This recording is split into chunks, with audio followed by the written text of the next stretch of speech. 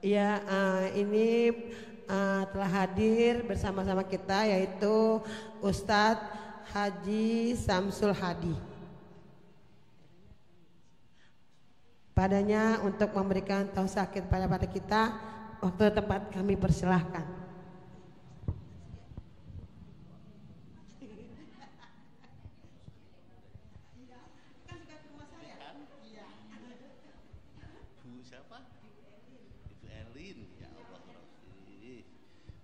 Di sini.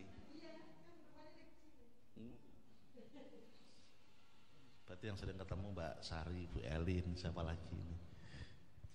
Iya. Nah, assalamualaikum warahmatullahi wabarakatuh. Kayak orang tua ya duduk di atas. Maafin sebelumnya. Mohon izin ibu-ibu sekalian, saya karena disiapin tempat saya duduk di atas.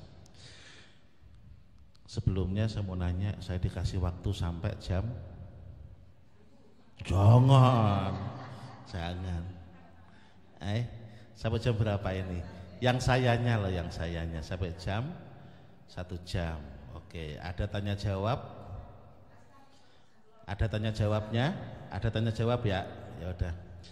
Bismillah, alhamdulillah, Allahumma salli wa sallim wa barik ala sayyidina Muhammad wa ala ali sayyidina Muhammad, amma ba'du. Ibu-ibu yang dirahmati Allah Subhanahu wa taala, kalau ini mah beneran ibu-ibu semua ini. Ya. Enggak nenek-nenek, masih ibu-ibu. Usia 23, 24, 27, 21. Oh, masih muda-muda semuanya lah. Alhamdulillah. Hari ini kita bisa kembali lagi ngumpul di tempat yang sangat-sangat nyaman ini. Dulu saya sering lewat, masih musola, dan memang cuma lewat doang, nggak mampir. Begitu kesini jadi masjid, masih lewat aja, dan sekarang baru sekali masuk ini. Padahal dekat rumah saya, di Balai Rakyat. Ya, Balai Rakyat. Ya karena dekat, kan sholatnya di situ, sini cuma lewat doang jadinya. Jadi mohon maaf. Alhamdulillah bisa silaturahim ke sini. Terima kasih ibu-ibu semuanya. Semoga apa yang kita akan kaji nanti bisa bermanfaat untuk kita semuanya. Amin ya rabbal alamin. Ibu-ibu yang dirahmati Allah Subhanahu wa taala, ini ngaji bulanan ya. Ngaji bulanan, cuman waktunya pas Rabiul Awal. Rabiul Awal bulan ke berapa? Hijriah. Ayo. Emang bulan pertamanya apa? Kalau Hijriah? Muharram, terus Safar, terus Rabiul Awal, bulan ketiga. Muharram, Safar, Rabiul Awal, Rabiul Akhir, Jumadal Ula, Jumadal Akhirah, Rajab, Sya'ban, Ramadan, Syawal, Dzulqa'dah, Dzulhijjah. Bulan ketiga. Di bulan ini dulu pernah dilahirkan manusia istimewa. Bukan hanya manusia yang paling mulia, tetapi makhluk yang paling mulia dibanding siapapun, bahkan dibanding malaikat.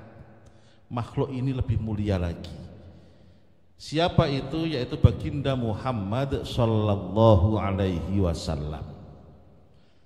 Nah, tanya lagi lah inilah.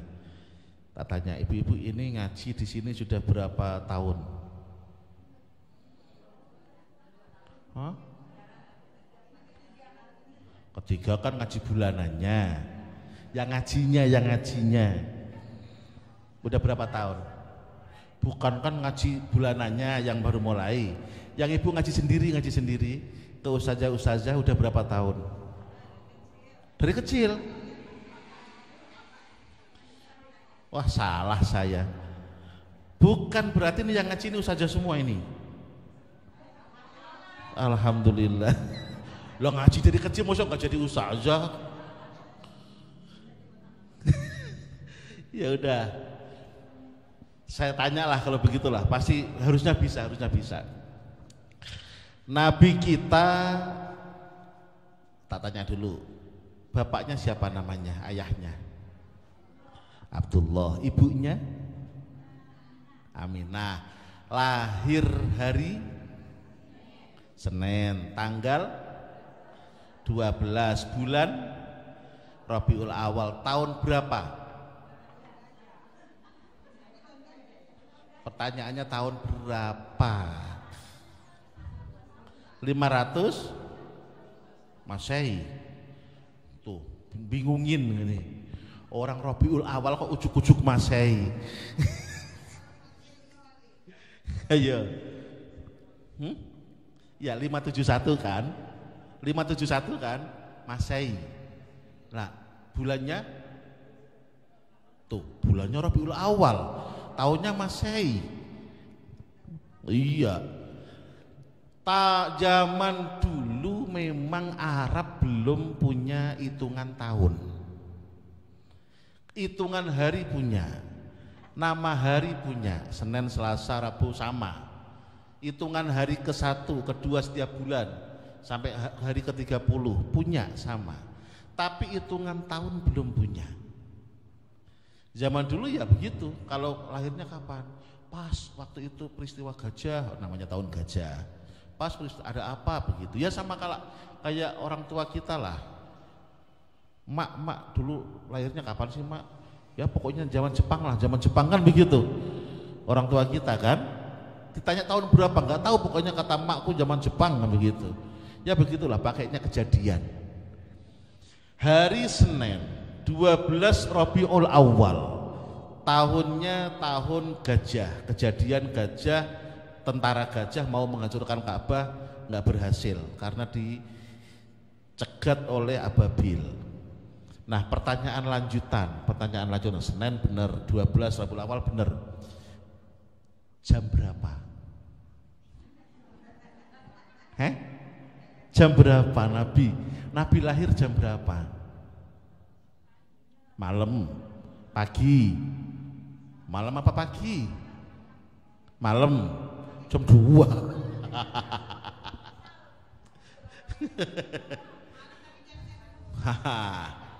Ya udah, tak kasih bocoran. Nabi lahir qubailas subhi, bukan qoblas subhi. Kalau qoblas subhi bahasa Indonesianya sebelum subuh. Kalau qubailas subhi artinya hampir subuh. Nah, pokoknya hampir subuh lah. Jangan pakai jam, karena kalau pakai jam beda-beda terus. Iya, kadang subuh kan jam 4:30, kemarin 4:30 lewat, besok bakalan jam 4 kan begitu. Pokoknya hampir subuh lah Nabi lahirnya. Jam berapa Bu? Hampir subuh. Pertanyaan lanjutan, harus tahu bidannya siapa? Bidannya siapa? Ya udah kalau gak ada bidan, dukun beranaknya lah. Siapa? Ayo. Marah senah. Sampai Arab sono marah senah. Ayo, siapa? Bidannya siapa? Lahir sendiri gitu, brojol begitu. Kasihan amat. Ya udah tak tanyain. Di sini ada enggak yang hafal rawi Al-Barzanji? Al-Barzanji kan zaman kuno kan pakainya Al-Barzanji kan? Sekarang aja pakainya Simtud Duror macam-macam. Yang Al-Barzanji ada yang hafal enggak? Enggak, hafal? Lupa. Ya udah tak ingetin sedikit. Hadhara ummahu lailata maulidihi Asiyatu wa Maryamu fi niswatin minal hadhiratil qudsiyah wa akhadahal makhadu fawaladathu sallallahu alaihi wasallam nuran yatala'la'u sanah. Terus qiyam. Hadhara ummahu, datang kepada ibunya Nabi, lailata maulidihi, pada malam Nabi lahir, yang tadi sebelum subuh kan masih malam itu. Jadi waktu kontraksi ada orang yang datang. Siapa? Asiyatu wa Maryam, Asiyah dan Maryam. Asiyah siapa Asiyah?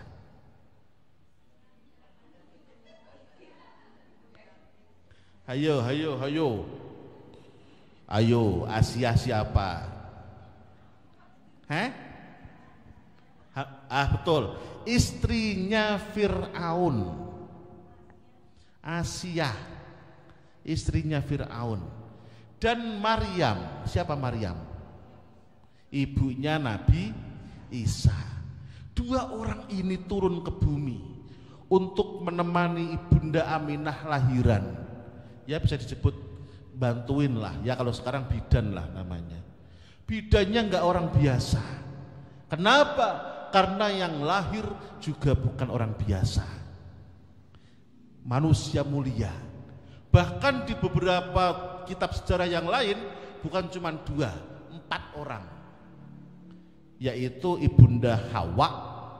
Ibunda Hawa siapa? Istrinya Nabi Adam. Tuh Bu, ini buat pelajaran buat ibu-ibu. Nabi Adam ketika diciptakan oleh Allah langsung ditempatkannya di mana? Nabi Adam waktu pertama kali ditempatkannya di mana? Di surga. Bener, di surga. Kalau di surga itu enak apa enggak? Enak. Makan susah apa enggak? Mau ngapa-ngapain susah apa enggak? Tapi Nabi Adam masih belum plong, masih ada apa ya, yang hampa. Kenapa? Karena belum ada pasangan. Akhirnya dibuatlah pasangannya Nabi Adam, siapa namanya? Ibunda Hawa. Makanya ibu-ibu juga begitu, harus nyadarin suami ibu kayaknya mungkin galak atau apa, sebenarnya kalau nggak ada ibu mah hampa dia. Iya, kalau nggak ada istri mah hampa sebenarnya. Laki-laki mah begitu, di depannya aja kayaknya keren, padahal kalau sendirian hampa dia. Sekelas Nabi Adam aja masih hampa di surga. Akhirnya dibuatkan pasangan namanya Ibunda Hawa. Nah, Ibunda Hawa ini ketika Nabi mau lahir, beliau ikut turun nemenin Ibunda Aminah. 1. Yang nomor 2 namanya Saroh. Siapa ini? Siapa? Saroh itu siapa? Istrinya Nabi Ibrahim. Yang nomor 3 Asiyah, yang nomor 4 Maryam. Di beberapa kitab sejarah 4 orang ini yang nemenin lahiran Ibunda Aminah. Di Al-Barzanji ditulis cuma 2, Asiyah dan Maryam. Kalau ibu kemarin waktu ibu lahir siapa? Dukun beranaknya tadi, mak tadi. Iya. Di rumah sakit. Alhamdulillah. Ya nggak apa-apa lah. Ibu-ibu yang dirahmati Allah Subhanahu wa taala, akhirnya bayi Muhammad lahir. Begitu lahir, pagi-pagi ada seorang budak namanya Suwaibah. Siapa? Suwaibah ini budak. Budak itu apa Pak Ustadz? Budak itu manusia tapi maaf, statusnya hampir kayak binatang, statusnya loh ya. Kenapa? Karena bisa dijual beli. Kalau disuruh-suruh nggak usah digaji. Yang penting dikasih makan, kasih tempat, kasih pakaian karena manusia. Kalau dia kerja, hasilnya buat yang punya. Itu budak. Iya. Nah, Suwaibah itu budak. Budaknya siapa Pak Ustadz? Budaknya Abu Lahab. Abu Lahab itu apanya Muhammad kecil, pamannya. Jadi urut-urutannya begini, urut-urutannya. Abdul Muthalib punya anak laki-laki 10. Di antaranya Abu Lahab, ada lagi Abdullah. Yang Abdullah ini jadi bapaknya Nabi, berarti Abu Lahab apanya Nabi? Pamannya. Abdullah sudah wafat, tinggal Aminah yang ngandung. Berarti Aminah apanya Abu Lahab? Ipar. Abu Lahab punya budak namanya Suwaibah. Waktu itu Abu Lahab belum jahat. Kata Abu Lahab, Suwaibah, sering-sering tengokin iparku Aminah. dia sudah ngandung hampir 9 bulan, takutnya udah lahiran. Tengokin, bener, tengokin belum. Pas Senin pagi Suwaibah datang, Aminah sudah lahiran. Disitulah Suwaibah senangnya minta ampun, langsung balik lagi ke Abu Lahab. Tuan, ada apa Suwaibah? Aminah sudah lahiran. Laki apa perempuan? Laki-laki. Saking senangnya Abu Lahab dapat berita ini, apa kata Abu Lahab? Suwaibah, pagi-pagi kamu bawa kabar gembira ke saya. Dah, sekarang kamu merdeka. Bebas Suwaibah. Emang kalau bebas kenapa Pak Ustadz?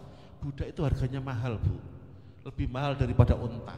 Unta berapa kira-kira kalau di sini? Kemarin waktu korban unta di sini berapa? Sapi doang. Berapa sapi? 25. Ya udah anggaplah unta 30 lah. Berarti budak ya sekitar 40 jutaan lah kalau budak lah, sekitar itu. 40 juta hilang. Kenapa? Karena senang atas lahirnya Muhammad kecil saat itu. Siapa yang senang? Abu Lahab.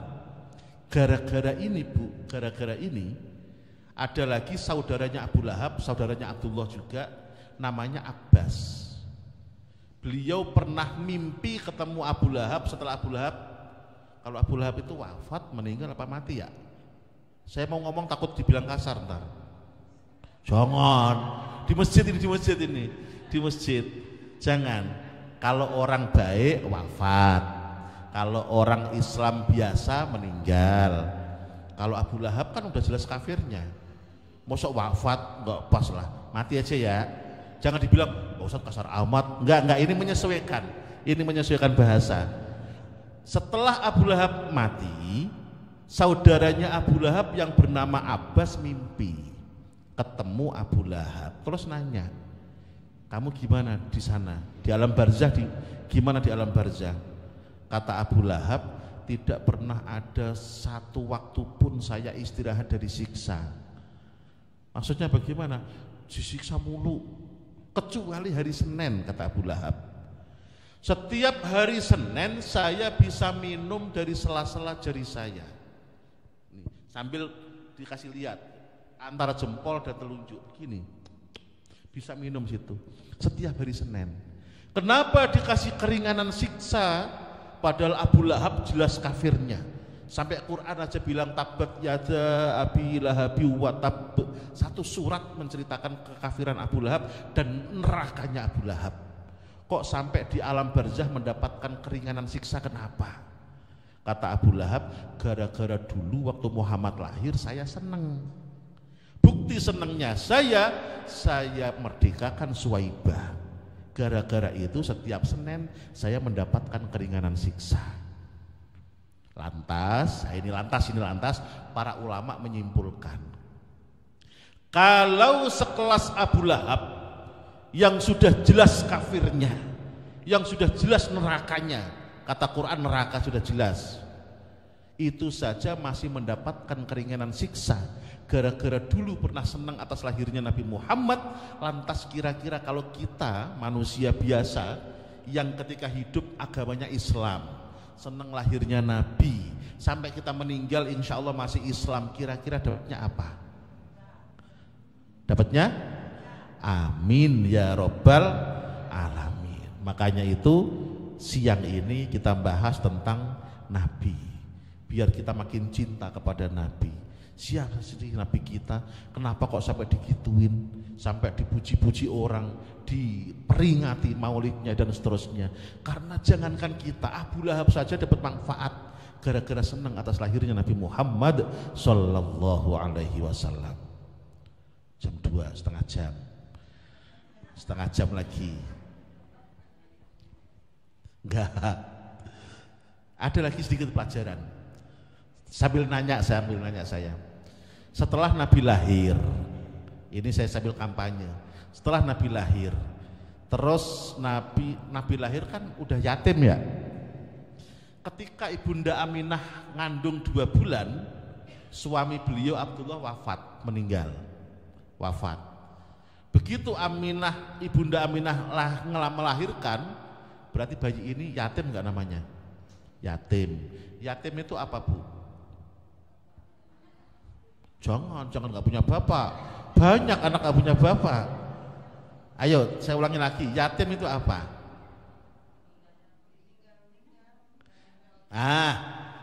Anak yang belum balik, ada belum baliknya, dan ayahnya sudah meninggal. Atau anak yang ditinggal meninggal bapaknya sedangkan dia belum balik. Dua syaratnya, bapaknya meninggal, belum balik. Kalau kayak ibu-ibu sudah balik belum? Beneran, ntar kita santunin. Oh waktu dulu. Sekarang maksudnya kan banyak tuh bapak-bapak yang bapaknya sudah meninggal. Berarti yatim apa bukan? Hah? Udah umur 50 tahun. Iya, bapaknya meninggal, yatim apa bukan? Bukan. Umur 17 tahun, bapaknya meninggal, yatim apa bukan? Bukan. Oke, umur 10 tahun, tapi cewek, bapaknya meninggal, yatim apa bukan? Sekarang cewek head umur berapa sih? Saya dengar katanya SD sudah pada head. Udah kan? 13. Ingat ya, kalau perempuan itu sebenarnya kalau nggak pernah head, baliknya tetap 15 tahun. Kalau nggak pernah head. Tapi kalau sudah head walaupun belum 15 tahun, namanya sudah balik. Nah, sekarang anak perempuan 10 tahun belum head, tapi ayahnya meninggal, yatim apa bukan? Yatim. Oke. Umur 15 tahun belum head, tapi ayahnya meninggal, yatim apa bukan? Tuh, baru dibilangin tadi.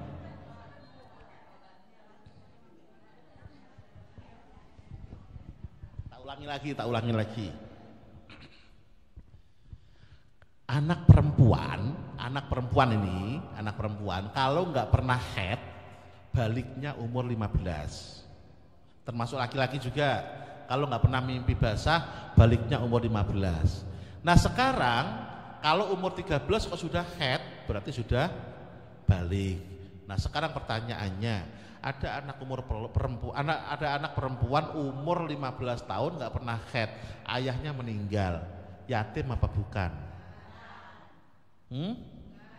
Beneran bukan? Terus kenapa kadang masih disantunin?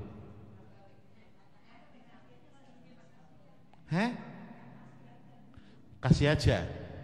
Nah ini saya tak kasih sedikit masukan. Boleh nggak Pak Ustadz nyantunin anak yatim yang sudah gede? Sebenarnya kalau sudah balik namanya bukan yatim. Tapi masih kasihan Pak Ustadz, belum kerja dia, masih butuh. Masih butuh itu namanya du'afa. Apa? Du'afa. Oke. Berarti yatim nggak kalau udah gede? Enggak. Udah SMA yatim nggak? Enggak. Terus saya tanya, terus ibu bawa proposal, judulnya sumbangan santunan yatim. Nah dulu, sumbangan santunan yatim, ya kan? Terus orang-orang ngasih, nggak ada du'afa di situ, nggak ada. Begitu ngumpul, ibu kasih yatim yang masih kecil sama yang sudah gede. Itu namanya salah apa benar? Salah, jangan. Makanya kalau buat proposal, santunan yatim dan du'afa.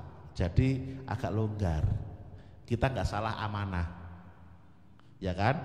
Mintanya buat yatim, kok nggak yatim dikasih? Gitu ntar jadinya. Kalau kita nggak pakai du'afa, makanya pakai santunan yatim dan du'afa judulnya, biar tidak salah amanah. Lanjut. Setelah Nabi lahir, terus umur 6 tahun. Oh, salah. Oh, bener. Umur 6 tahun ibunda beliau meninggal. Umur 6 tahun ibunda beliau meninggal. Tak ulangi lagi. Nabi lahir, beberapa hari kemudian dibawa oleh orang luar Mekah namanya Halimah As-Sa'diyah. Disusuin waktu itu oleh Halimah. Namanya Nabi dengan Ibu Halimah anak susuan. Nanti kita bahas di sini. Kalau anak susuan begitu Bu, jadi mahram. Jadi mahram. Di sini ada nggak yang nyusuin ke tetangga? Yakin? Yakin nggak ada? Zaman dulu ada. Nih tak kasih contoh begini. Kita punya anak perempuan, kerja, ya kan? Terus dia lahiran, cuti lahiran. Kalau cuti lahiran berapa bulan? 3 bulan itu plus sebelumnya apa setelahnya? Setelahnya. Ya udah pokoknya 3 bulan. 3 bulan akhirnya dia kerja lagi. Kan anak ini masih nenen kan biasanya, dititipinlah ke mbahnya. Mama, tolong dong titip adik, aku mau kerja lagi besok. Oh ya udah nggak apa-apa, tinggalin aja di botol. Dan begitu seandainya. Bener, mamanya kerja besok pagi-pagi jam 9 bayi nangis, kita kasih di botol masih nangis saja. Akhirnya kita ingat, oh iya tetangga ada yang ngontrak itu punya bayi juga. Langsung kita bawa bayi kita, neng, apaan mak? Kamu lagi nenenin enggak? Iya, tolong dong sekalian ini maknya lagi kerja. Ada nggak begitu? Ada kan? Oh nggak ada. Ya udah, ini kira-kira ada dulu lah, kira ada dulu. Kenapa ini jadi ilmu, ini ntar jadi ilmu. Bener, akhirnya dinenenin sekali belum mahram, belum. Iya, besok begitu lagi dinenenin lagi 2 kali belum mahram. Begitu 5 kali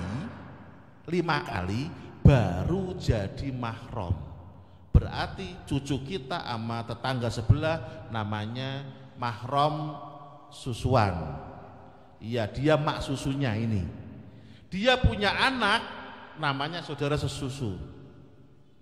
Emang kenapa sih Pak Ustadz?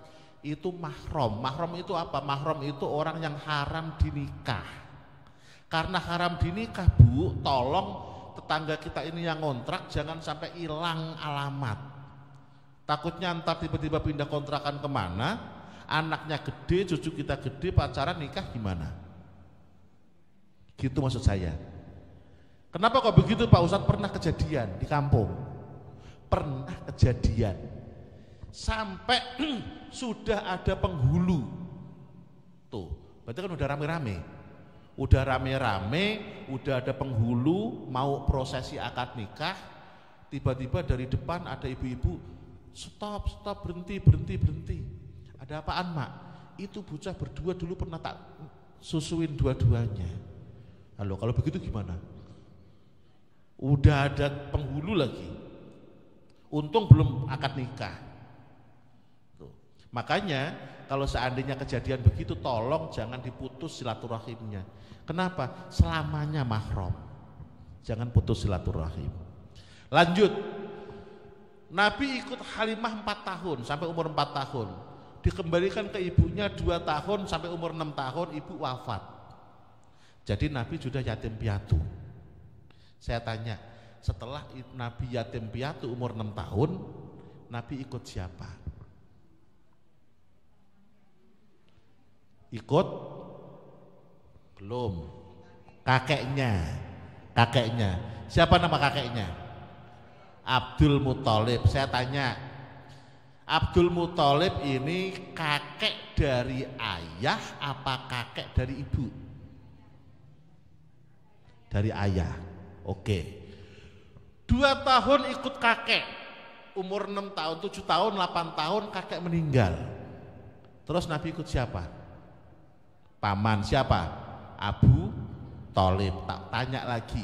Abu Thalib ini paman dari ayah apa dari ibu? Dari ayahnya. Emang kenapa sih Pak Ustadz nih? Biar ibu ngeh. Saya tanya. Di sini kalau ada yatim dirumatin keluarga ibu apa keluarga ayah? Ngaku. Tergantung. Bukan, oke lah dia ikut ibunya. Tapi keluarga ayahnya almarhum masih ngerumatin apa enggak? Nah ini yang saya maksud. Jarang ya. Padahal kapanpun itu yatim, sampai kapanpun dia binnya bin almarhum ayahnya. bin mbahnya, keluarga besar almarhum ayahnya. Tapi kenapa ketika dia yatim, kayak keluarga ayahnya lepas tangan? Nah ini yang saya bilang, saya mau kampanye itu di sini. Tolong ibu-ibu kalau punya keluarga cucu yatim dan ibu-ibu dari keluarga ayahnya, tolong dikasih tahu. Sampai kapanpun. Nah itu makanya ini saya ingetin. Ya kan nggak peduli ya. Jangan. Kita punya Nabi, Bu, kita punya Nabi Muhammad, itu bisa dicontoh dari beliau lahir sampai beliau wafat. Semuanya itu dicontoh semuanya. Dan ketika beliau yatim, yang ngerawat adalah keluarga almarhum ayah. Sekalian tak bocorin lah. Ketika beliau disusuin oleh Halimah As-Sa'diyah, ibu susu, saat itu Halimah nggak cuma nyusuin, tapi juga dibayar lah kira-kira kalau kata kita. Digaji. Siapa yang gaji? Ibunda Aminah? Bukan, tapi Mbah Abdul Muthalib, mbah dari keluarga ayah. Artinya apa? Semenjak Nabi lahir, keluarga almarhum ayah beliau tetap memperhatikan terus. Tuh. Makanya di sini tolong kalau ada begitu. Saya pernah ditanya, Bu, saya nggak bisa jawab ini. Coba Ibu kasih masukan. Ditanya begini, Pak Ustadz, ya saya punya keluarga yatim, ponakan yatim. Terus, jadi begini ceritanya, adik saya nikah sama perempuan, punya anak satu. Anaknya masih kecil, adik saya sakit agak lama, tahunan. Akhirnya apa? Si istrinya nggak kuat, minta cerai. Nah, karena minta cerai ya udah akhirnya dicerai. Adik saya ini kita yang rumatin. Kita sakit hati, Pak Ustadz. Sakit hatinya kenapa? Punya suami sakit, bukannya dirumati malah minta cerai. Akhirnya adik saya meninggal. Anaknya ikut ibunya. Terus, nah adik saya ini kan ada harta-harta banyak. Sekarang anaknya datang ke saya minta warisan. Gimana caranya? Tak kasih apa enggak, Pak Ustadz? Kalau menurut Ibu gimana? Si mantan istrinya adiknya, mantan iparnya sudah nikah lagi sama orang lain. Dia khawatir kalau tak kasih sekarang, Pak Ustadz, ntar paling yang dapat emaknya sama suami barunya. Bagaimana kalau begitu? Nah, gimana? Saya terus terang nggak bisa jawab itu. Gimana kalau begitu, Bu? Gimana caranya? Nah, kata si yang nanya saya omongin begini, kalau kamu mau ikut saya, tak fasilitasin. Mau sekolah sampai kapan? Ntar kalau gede, hartanya bapakmu tak kasih semuanya. Gitu. Tapi anaknya nggak mau ikut yang ini, maunya ikut emaknya. Nah, cuman kata emaknya, sono minta hartanya bapakmu. Gimana kalau begitu? Ayo, bingung kan? Ibu benar-benar kan ngerasain jadi ustadz begitu. Serba salah kan? Serba salah.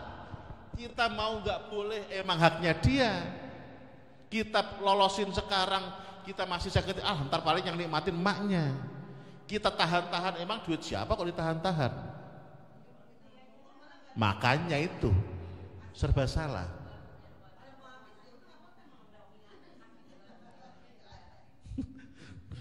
Ya, begitulah pokoknya lah, ada begitu. Lanjut. Ibu-ibu yang dirahmati Allah Subhanahu wa taala, sekali lagi pelajaran berikutnya adalah yang punya yatim, tolong jangan keluarga almarhum ayah jangan lepas tangan. Karena Nabi kita mencontohkan ketika beliau yatim, yang rumatin adalah keluarga besar almarhum dari ayah beliau. Nabi remaja, Nabi dewasa nikah dengan Ibunda Khadijah. Saya nggak cerita banyak-banyak yang ini, nanti malah ibu pada demo lagi. Ya udah, tak sedikit saya menanya, ada sedikit dah. Di sini siapa yang dulu maharnya paling mahal? Bukan yang di sini, yang di sini. Ada 50 juta. Mahar. Mahar ya, bukan seserahan, bukan. Mahar. Iya, ada nggak 50 juta? 100 juta. Oh. Nabi ketika nikah Ibunda Khadijah, mahar beliau adalah sekitar, kalau emas itu sekitar 1.200 gram. 1 on lah. Kok 1 on? Sekilo 2 on. Itu ya. Itu sekitar itu. Ya hitung sendirilah, saya malas saya hitung lah. Nggak ada juga yang dicontohin di sini. Akhirnya Nabi lanjut lagi menjadi Nabi, dan ketika Nabi menjadi Nabi inilah Allah Subhanahu wa Ta'ala banyak sekali memuji sifat-sifat Nabi. Di antara pujian Allah adalah laqad ja'akum rasulun min anfusikum azizun 'alaihi ma 'anittum harisun 'alaikum bil mu'minina raufur rahim. Surat apa? Tapi apal surat apa tadi? At-Taubah. At-Taubah akhir. Laqad ja'akum, sungguh benar telah datang kepada kalian rasulun, seorang utusan, min anfusikum, dari kalangan kalian sendiri. Allah ngutus utusan kepada kita bukan dari kalangan malaikat, enggak bakal kuat kita niru malaikat. Malaikat kalau sudah sujud selamanya sujud kuat, malaikat kalau sudah rukuk selamanya rukuk kuat, bisa. Allah juga enggak ngutus kita utusan dari kalangan jin, enggak. Jin juga kuat. Ada di sini yang pernah ketemu jin? Nggak apa-apa, jin mah biasa kayak kita, Bu. Enggak biasa. Jin itu wajib iman, wajib sholat, wajib puasa. Kan wa ma khalaqtul jinna wal insa illa liya'budun. Yang enggak iman ya dosa mereka, sama kayak kita, kayak manusia. Wajib zakat kalau dia kaya, wajib haji, sama kayak kita. Jin mah sama. Makanya sekali-sekali lah ketemu lah, tanya-tanya. Gak apa-apa, sama kayak kita, jin mah. Makanya saya paling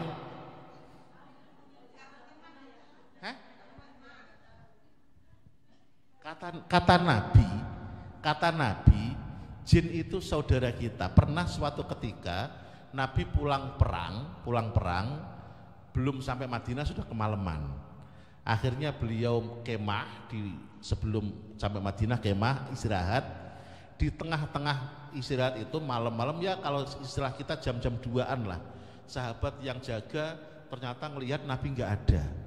Orang bingung semuanya sahabat pada saat itu. Subuh-subuh Nabi balik sudah ada. Kata Nabi, semalam kalian nyari saya ya, saya habis dari tempat saudara-saudara kalian. Nabi nyebutnya saudara. Kenapa? Karena sama kayak kita, wajib iman, wajib Islam. Kalau dosa ya dosa, maksiat ya dosa, sama kayak kita. Dan mereka minta diajarin Islam, kata Nabi. Jadi waktu itu juga sudah banyak jin yang Islam. Makanya nggak apa-apa, biasa aja. Saya itu yang paling banyak juga kampanye, tolong teman-teman yang biasa ngeruqyah, jangan dikit-dikit nyalahin jin, saya bilang begitu. Kenapa? Kita ini di Islam nggak pernah diajarin a'udzubillahi minal jinni, nggak ada. Yang ada kan a'udzubillahi minasy syaiton. Syaiton yang jahat itu. Jin mah biasa kayak kita, ya ada yang nakal, sama manusia juga ada yang nakal. Katanya yang nakal jin kafir Pak Ustadz, enggak juga. Kita yang Islam juga yang nakal banyak, sama. Iya, jin Islam juga banyak yang nakal, biasa lah. Namanya nakal itu wajar, biasa. Maka sekali lagi jin juga sama kayak kita. Jin itu kuat. Buktinya mana Pak Ustadz? Ketika Nabi Sulaiman, beliau dengar bahwa Ratu Bilqis mau datang ke kerajaan Nabi Sulaiman. Nabi Sulaiman langsung mengumpulkan wahannya, terus tanya, siapa kalian yang mampu ngambil singgasananya Bilqis? Bilqis wakila ada di Yaman, Nabi Sulaiman ada di Palestina. Palestina Yaman 1.500 km. Ada nggak yang bisa ngambil singgasananya Ratu Bilqis? Cepet, jangan lama-lama. Jin langsung siap, saya siap Nabi Sulaiman. Berapa lama? Anda berdiri, duduk lagi sudah ada. Berapa lama itu? Bukan, berdiri, duduk lagi sudah ada. Berapa detik kira-kira? Wah, mau nggak sampai menit lah, 5 detik lah. Iya 5 detik lah. Kan saya duduk begini, berdiri, terus duduk lagi. 5 detik ya. 5 detik sanggup jin, namanya ifrit di Al-Quran itu. Dari Palestina ke Yaman 1.500 km, balik bawa-bawa singgasana. Singgasana itu kursi ratu. Ke situ lagi 3.000 km, cuma 5 detik bisa jin, sanggup dia. Walaupun akhirnya ada manusia yang lebih hebat lagi saat itu. Saya sanggup Nabi Sulaiman, Anda kedip melek sudah ada lagi manusia, pakainya karomah, keramat udah gak bisa dilawan lah, udahlah kayak mujizat, nggak bisa dilawan. Walaupun jin kalah tetap. Tapi paling tidak pelajaran yang bisa kita ambil adalah jin kuat. Sama, saya punya guru, beliau punya atas lagi cerita, dulu itu kalau ngajar ya banyaklah jin yang ikut ngaji. Zaman ini zaman sebelum merdeka. Waktu beliau mau haji zaman dulu kan pakai kapal. Beliau sudah daftar, jinnya datang, Pak Kiai, nggak usah naik kapal kelamaan, terus tak gendong aja. Kata si jin ini, enggak apa-apa, saya kan biasa ngaji Pak Kiai, nggak usah khawatir Pak Kiai, tenang, tak gendong pokoknya. Bener, akhirnya mau digendong, belum sampai ke Mekah dijatuhin ke tengah laut. Tuh bandelnya jin itu, sama kiainya sendiri digituin tuh, kiainya sendiri itu, yang biasa ngaji, dia ke situ, dikerjain, di laut diceburin. Untungnya ditolong lumba-lumba, selamat bisa balik lagi. Artinya apa? Oke lah, jin itu ya nggak serem-serem amat. Tapi ibu nggak usah lah mainan jin, berteman sama jin nggak usah. Tadi tuh kiai sendiri aja ditipu, apalagi kita. Jangan. Lanjut. Allah mengutus utusan dari kalangan kita sendiri manusia, yang mana utusan itu juga punya sifat kemanusiaan, bisa lapar, bisa haus, bisa tidur, bisa tertawa, bisa bersedih dan yang lain sebagainya. Tetapi azizun alaihi ma anittum, rasanya berat bagi beliau ketika sesuatu menimpa kalian. Nabi itu kalau kaumnya susah, Nabi ikut susah.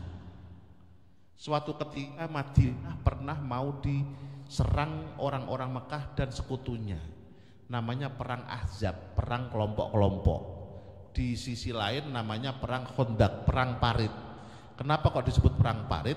Karena Nabi diusulin oleh sahabatnya namanya Salman Al-Farisi, usul, ya Rasulullah, kalau di tempat saya ya Nabi, kalau di kepung begini kita buat parit, yang kuda paling hebat pun nggak bisa loncat. Akhirnya diterima usulnya, orang Madinah suruh kerja bakti. Saat itu lagi paceklik, suruh kerja bakti. Ya udah, akhirnya apa? Ketika di tengah-tengah kerja bakti, sahabat ada yang ngeluh, kita sudah seharian nih nggak makan ini. Terus gimana? Ayo kita ketemuin Rasul, yuk ketemu Nabi yuk. Siapa tahu ada solusi. Bener, rombongan datang nyari Nabi. Ternyata Nabi juga lagi ikut nimbrung gali parit. Nah ini Nabi kita, walaupun beliau nyuruh, beliau pemimpinnya, beliau juga ikut kerja, nggak cuma ongkang-ongkang kaki saja. Satu. Yang kedua, ketika para sahabat ini dekat Nabi, tiba-tiba Allah perintahkan angin. Di situ angin menyingkap baju mulia beliau, sehingga terlihat di balik baju ada batu yang lagi ganjel perut Nabi. Terus sahabat selidik punya selidik, ternyata Nabi sudah lebih dari 2 hari belum makan. Sahabatnya sehari nggak makan, pemimpinnya 2 hari lebih masih nggak makan juga. Tuh, inilah Nabi kita. harisun 'alaikum bil mu'minin. Nabi juga sangat menginginkan untuk kalian beriman kepada Allah Subhanahu wa taala. Maksudnya bagaimana Pak Ustadz? Nabi itu pengen banget kita iman. Yang kafir pada iman sampai suatu ketika istri beliau meninggal Ibunda Khadijah, ketika pamanda beliau meninggal Abu Thalib, Nabi di Mekah makin ditindas oleh orang-orang Mekah, bahkan mau dibunuh. Akhirnya apa? Ada kota dekat Mekah namanya Taif. Kira-kira sini Bogor lah, 25-30 km. Taif, mereka bilang kesini aja Muhammad sama sahabatmu, nanti engkau akan aman di sini. Bener. Akhirnya Nabi dengan para sahabat datang ke Taif, belum sampai masuk ke Taif, bukan marhaban ahlan wa sahlan bi hudurikum, bukan ya Nabi salam alaika, bukan tola al badru alaina, bukan, tapi sambitan kayu, batu, kotoran yang menyongsong kehadiran Nabi sampai pelipis Nabi berdarah. Kira-kira kalau ibu ditipu begitu marah enggak? Marah enggak? Disuruh sini aja, enak kamu kesini aja, belum sampai masuk rumah udah dilemparin, marah enggak kira-kira? Beneran manusia normal, bener normal, maksudnya normal, marah normal. Iya. Akhirnya apa? Malakul Jabal, malaikat penunggu gunung, menawarkan kepada Nabi, ya Rasulullah, sampai pelipismu berdarah begitu, mereka sangat-sangat keterlaluan ya Nabi. Kalau engkau izinkan ya Rasulullah, saya angkat gunung ini, saya timpakan kepada orang-orang Taif. Tuh, kalau ibu ditawarin begitu gimana? Oke, lanjutkan gitu. Pantesan enggak jadi Nabi. Apa jawaban Nabi kita? Jangan wahai malaikat, saya harapkan akan lahir dari tulang-tulang sulbi mereka anak cucu mereka yang beriman kepada Allah Subhanahu wa taala. Gampangnya biarinlah bapaknya begitu, nanti anak-anaknya siapa tahu pada beriman, gitulah kira-kira. Dan atas penutup dengan doa, Allahumma hdi qaumi fa innahum la ya'lamun. Ya Allah, kasih petunjuk kepada mereka ya Allah. Mereka berbuat begitu karena mereka enggak tahu kalau saya ini nabimu. Tuh, nabi kita Bu, disakiti malah doain baik lagi. Coba kalau kita punya nabi kayak Nabi Nuh. Nabi Nuh dakwah berapa tahun? 950 tahun dakwahnya. Pengikutnya berapa coba? Setelah banjir bandang pengikutnya cuma 82. Kenapa? Karena Nabi Nuh galak. Kenapa kok galak? Ketika beliau ditolak oleh kaumnya, apa doa beliau? Rabbila tadar alal ardi minal kafirina dayyara. Ya Allah, jangan kau tinggalkan di atas muka bumi ini ya Allah keluarga kafir satu pun, habisin semuanya ya Allah. Percuma kalau masih ada, ntar juga punya anak, punya cucu, nanti kafir lagi, habisin aja. Bener, diijabah oleh Allah, banjir bandang sedunia, habis semuanya. Enggak cuma yang kafir, sampai binatang-binatang pada habis semuanya. Tinggal yang ada di kapalnya Nabi Nuh saja. Tapi Nabi kita Muhammad sallallahu alaihi wasallam ketika disakiti, Allahumma hdi qaumi fa innahum la ya'lamun. Ya Allah, kasihlah petunjuk kepada kaum saya, mereka begitu karena mereka enggak tahu. Nabi masih mengharapkan nanti anak cucunya beriman. Dan benar Bu, enggak usah jauh-jauh lah, sekarang lah. Ada enggak di antara kita yang kita baca Quran enggak bisa, tapi anak kita sampai khatam Quran, ada enggak? Ada, banyak. Begitu. Saya ini dulu ngajinya di Kudus.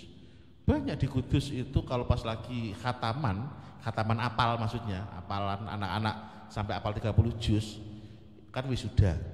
Itu orang tuanya pada nangis. Selidik kenapa kok nangis? Ya Allah, boro-boro sampai begitu. Saya baca Quran aja nggak bisa punya anak apal Quran. Coba begitu. Bisa begitu. Umat Nabi. Kenapa? Karena nabinya orangnya ramah dan orangnya kasih sayang. Raufur Rahim. Sudah 1 jam. Sedikit lagi. Raufur Rahim. Azizun alaihi ma anittum harisun alaikum bil mu'minina raufur rahim. Tak tanya, Rauf, Rahim, kalau pakai al kan Ar-Rauf, Ar-Rahim. Itu nama apa? Nama Al-Asmaul Husna. Nama Allah yang maha indah. Nama-nama dari nama-nama Allah yang indah. Ar-Rauf, Ar-Rahim. Tapi di ayat ini disematkan atau diberikan untuk baginda Nabi Muhammad sallallahu alaihi wasallam tanpa al. Rauf, Rahim. Artinya apa Pak Ustadz? Artinya Rauf adalah orang yang sangat-sangat sayang kepada orang yang ada di hadapannya. Tadi kayak orang Taif tadi itu. Walaupun nyakitin Nabi, Nabi tetap sayang. Rahim, orang yang sangat sayang walaupun tidak langsung di hadapan Nabi, kayak kita sekarang ini. Gak melihat Nabi langsung. Nabi sudah ribuan tahun yang lalu. Walaupun mungkin bisa melihat kita, tapi kita nggak langsung ada di hadapan beliau. Tapi Nabi tetap sayang kepada kita. Sampai ada doa Nabi, syafaati likabairi min ummati. Syafaatku untuk umatku yang dosa-dosa besar. Coba kurang apa sayangnya Nabi? Yang dosa kita, yang nolongin beliau. Itulah pun kita punya Nabi, Bu. Sampai begitu. Sama orang yang jahat kepada beliau saja masih sayang. Nah kita baru saja dimenyorin sama tetangga langsung semoga mendapatkan laknat ya Allah. Ada begitu di grup-grup WhatsApp sering tuh. Iya, cuman beda politik, cuman beda kebijakan. Langsung doanya semoga dilaknat Allah. Serem amat dilaknat. Dilaknat itu untuk iblis, itu laknat. Untuk yang sudah pasti nerakanya Fir'aun itu laknat wajar. Orang sama-sama orang Islam kok doanya kayak begitu, jangan. Ayo setelah ngaji ini kita sedikitlah nyontoh Nabi lah. Paling enggak kita sayang kepada sesama kita. Minimal kepada sesama muslim lah. Walaupun Nabi enggak cuma orang muslim, kepada seluruh alam Nabi sayang. Tapi kita enggak mungkin bisa sama dengan Nabi. Paling enggak sedikit ayo kita contoh Nabi, yaitu sikap yang ramah dan sayang kepada sesama. Nah sampai sini 10 menit, kalau ada yang mau nanya silahkan. Boleh nanya yang lain. Ya, tadi kan sudah di awal kita bahas tentang lahir Nabi. Kita bahas tentang yatim. Kita bahas tentang balik. Kita bahas tentang mahram. Nah, terakhir kita bahas tentang sifat-sifat Nabi yang dipuji oleh Allah Subhanahu wa taala. Boleh nanya yang lain, silahkan. Mungkin mahram juga nggak apa-apa nanya. Ya. Gimana? Saudara, oh ya ada gini.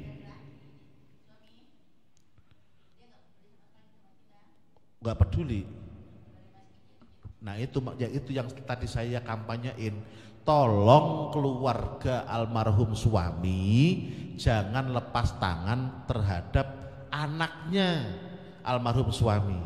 Kenapa? Sampai kapanpun ini yatim itu binnya bin suami, bintinya binti suami almarhum suami kita. Tolong jangan lepas tangan. Kalau yang suaminya adalah anak kita, seandainya ada tuh di Bali Rakyat tuh. Jadi anaknya dia yang suaminya meninggal, punya cucu. Saya bilangin begini langsung sekarang diambil cucunya. Tapi kalau maknya minta juga dikasih. Yang penting kalau ada apa-apa bilang saya, begitu akhirnya. Harus.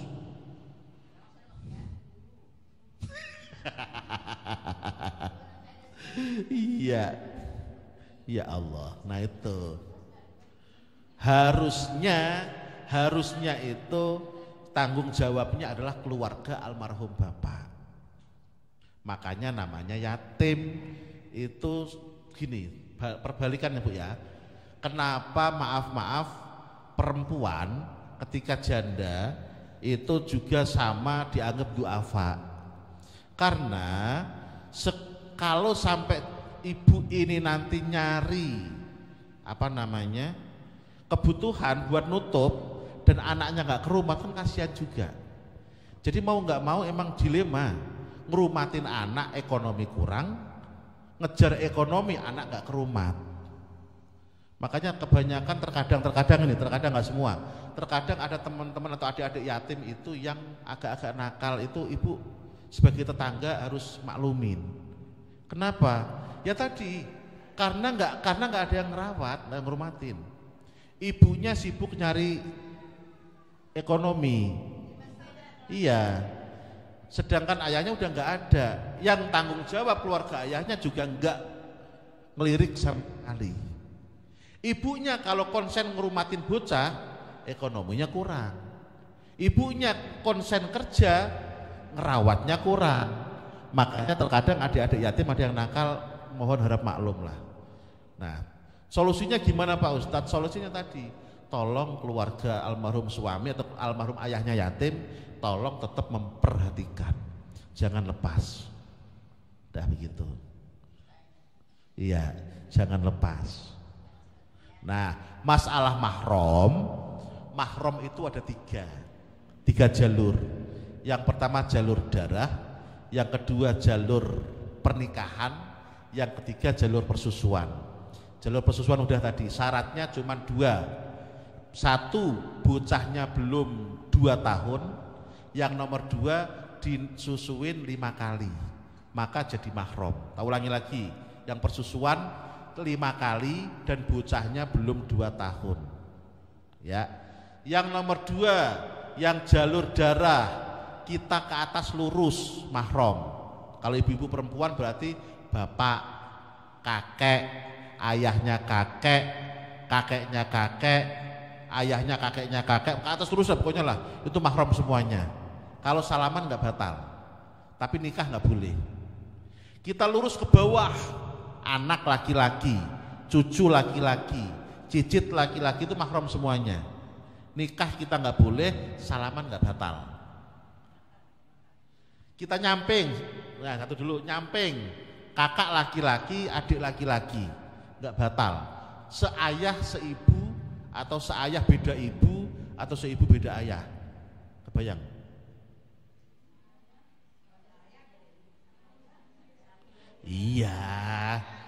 Iya, kan ada tuh saudara laki-laki tapi satu ayah beda ibu. Kenapa Pak Ustadz kok mahram? Karena bintinya sama. Kita binti ayah kita, dia bin ayah kita, kan sama. Makanya tetap mahram. Kenapa seibu kok tetap mahram Pak Ustadz walaupun beda ayahnya? Karena satu rahim. Iyalah, ya kan? Kebayang nggak? Yang nggak mahram itu yang beda ayah lain ibu, itu nggak mahram.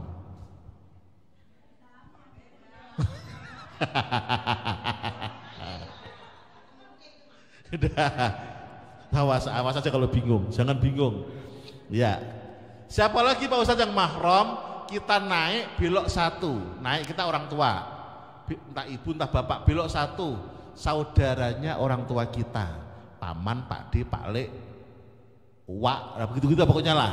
Saudaranya orang tua kita, semuanya mahram, nggak batal. Miring belok 1, kita punya saudara-saudari, punya anak laki-laki. Namanya siapa? Ponakan. Maka mahram, salaman nggak batal, tapi nikah nggak boleh. Ya. Kalau sudah belok 2, batal.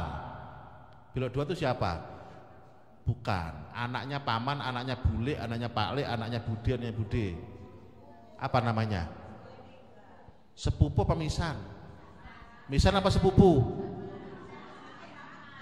Sama. Nah, pokoknya itulah. Itu sudah bukan mahram. Udah bukan mahram, batal. Batal lah. Boleh nikah. Kan bukan mahram. Boleh nikah. Jelas ya? Kalau belum jelas tanya, mumpung masih ketemu di sini. Tak kebut. Hah? Nggak nyambung sama sekali. Nggak nyambung sama sekali. Iya. Ponakannya suami itu nyambungnya ya sama suami, bukan sama kita. Nggak ada darah kita sama sekali di situ. Maka bukan mahram. Bukan mahram. Iya. Ponakannya suami kita, bukan mahram. Kenapa? Nggak ada nyambung sama sekali darah sama kita. Maka tetap batal kalau salaman. Dah, apalagi. Selanjutnya pernikahan. Gara-gara nikah jadi mahram. Siapa? Mertua. Semenjak suami kita bilang, saya terima nikahnya sah, maka ayahnya suami adalah mertua kita selamanya, mahram selamanya.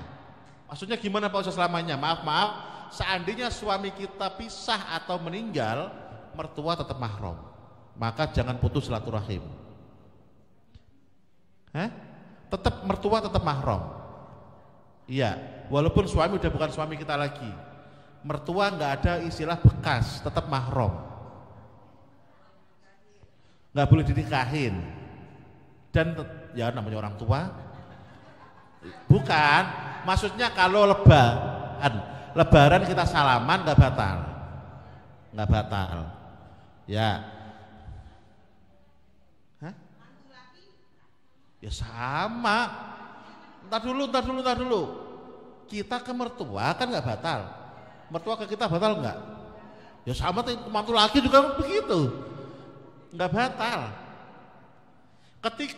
Ketika anak kita nikah, maka setelah sah maka menantu laki-laki kita ke kita adalah mahram selamanya, tidak batal.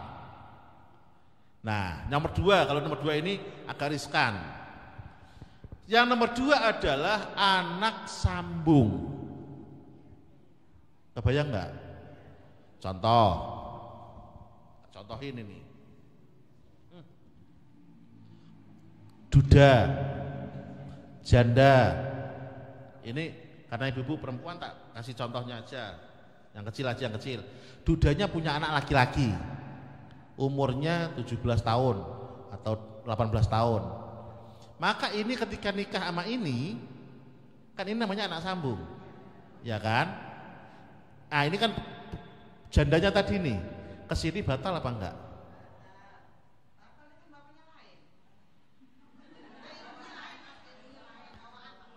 Iya, tapi begitu ini udah nikah, iya, yang ini udah nikah, ini kan namanya anak sambung.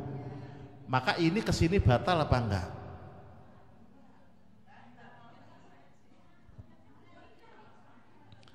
Ayo.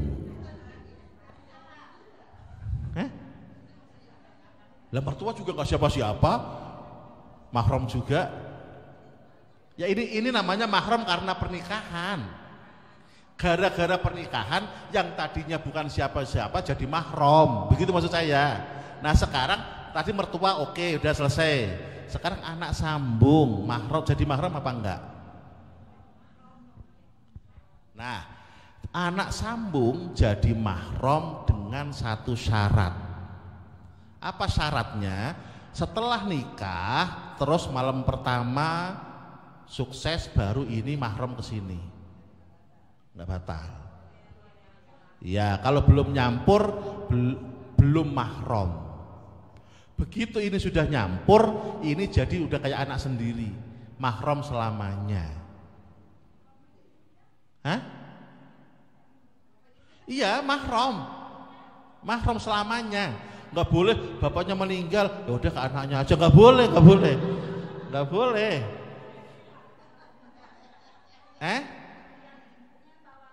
Ya sama. Ini bawa perawan, ini bapaknya duda, sama. Kalau belum nyampur, ini belum mahram, sama.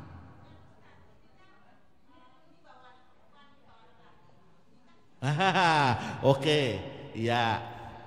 Ini bawa janda bawa anak perempuan, duda bawa anak laki-laki. Oke, yang ini nikah sama ini. Oke, tar dulu. Ini kan perempuan tadi, ini laki-laki. Ini kesini mahram enggak? Setelah malam pertama, ini kesini mahram enggak? Mahram. Ini kesini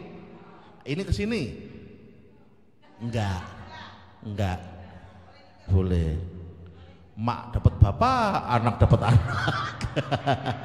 Boleh. Iya. Boleh.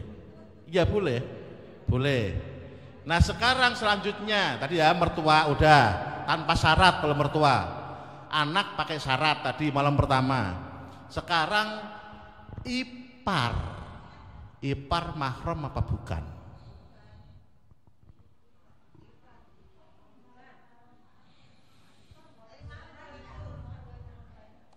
Oke. Ipar itu ipar itu mahram tapi tidak selamanya. Mahram itu apa tadi mahram? Orang yang haram di nikah.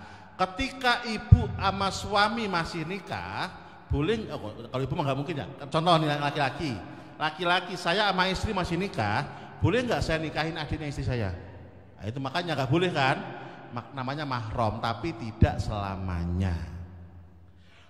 Begitu istrinya meninggal atau suami meninggal, baru nikahin adiknya. Nah itu boleh. Namanya nggak mahram selamanya. Karena nggak mahram selamanya, tetap membatalkan wudu. Kalau lebaran kok salaman, batal.